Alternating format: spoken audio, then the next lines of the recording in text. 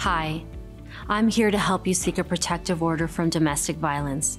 The court issues these stay-away orders to keep people safe from domestic violence. It can be a complicated process at a very difficult time in your life. This series has the information you need to get through that court process with as much ease as possible. Let's get started.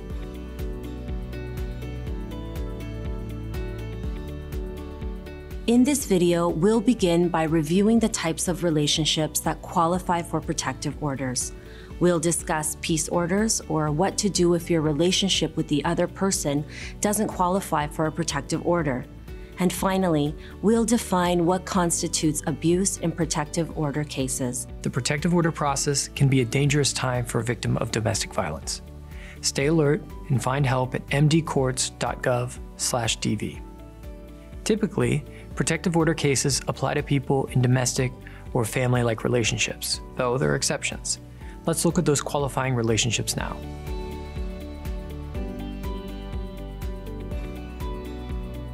You may ask for a protective order if you and the other person are married, divorced, or currently separated. You can also ask for a protective order if you're related by marriage, blood, or adoption. Step-parents and stepchildren are also eligible. If you and the other person have a child together, you may ask the court for a protective order.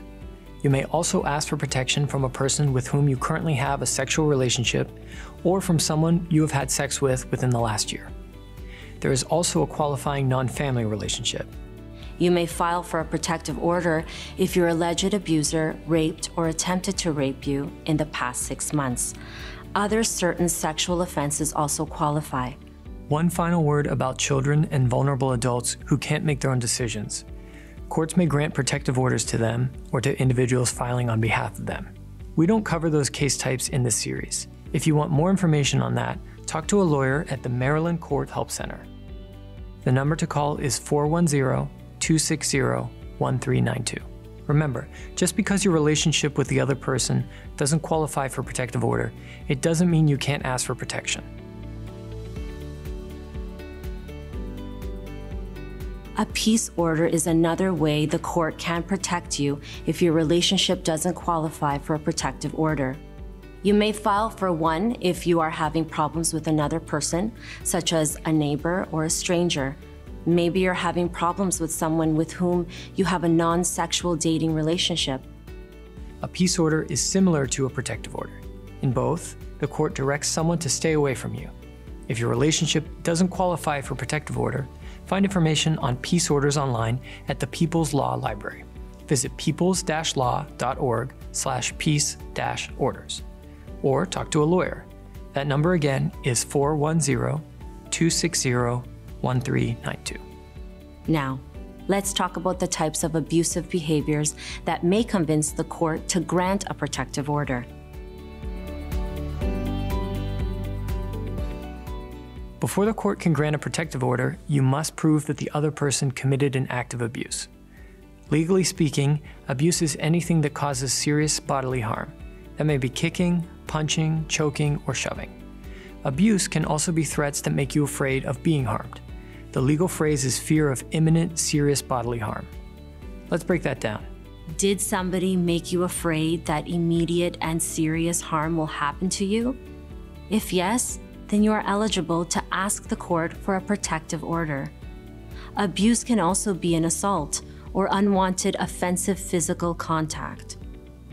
Abusive behaviors also include rape, attempted rape, and other sexual offenses.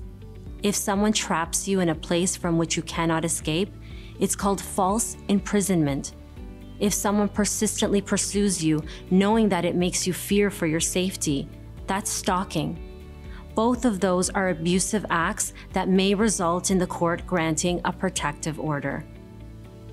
Revenge porn is a form of abuse too. Did someone share private nude or sexual images of you without your permission?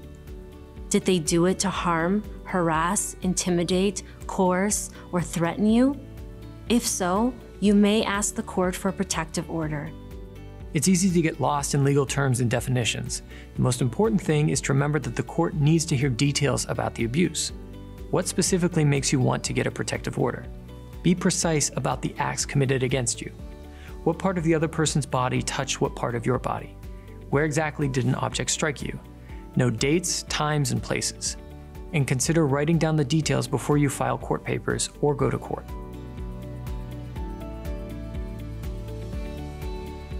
Relationships that qualify for a protective order include marriage, cohabitation, and having a child in common.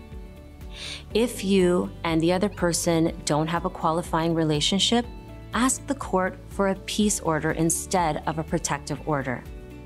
Finally, abusive behaviors like assault, stalking, and revenge porn may convince the court to grant a protective order. Keeping people safe from domestic violence is important. If you're a victim, you are not alone. Find help at mdcourts.gov/DV.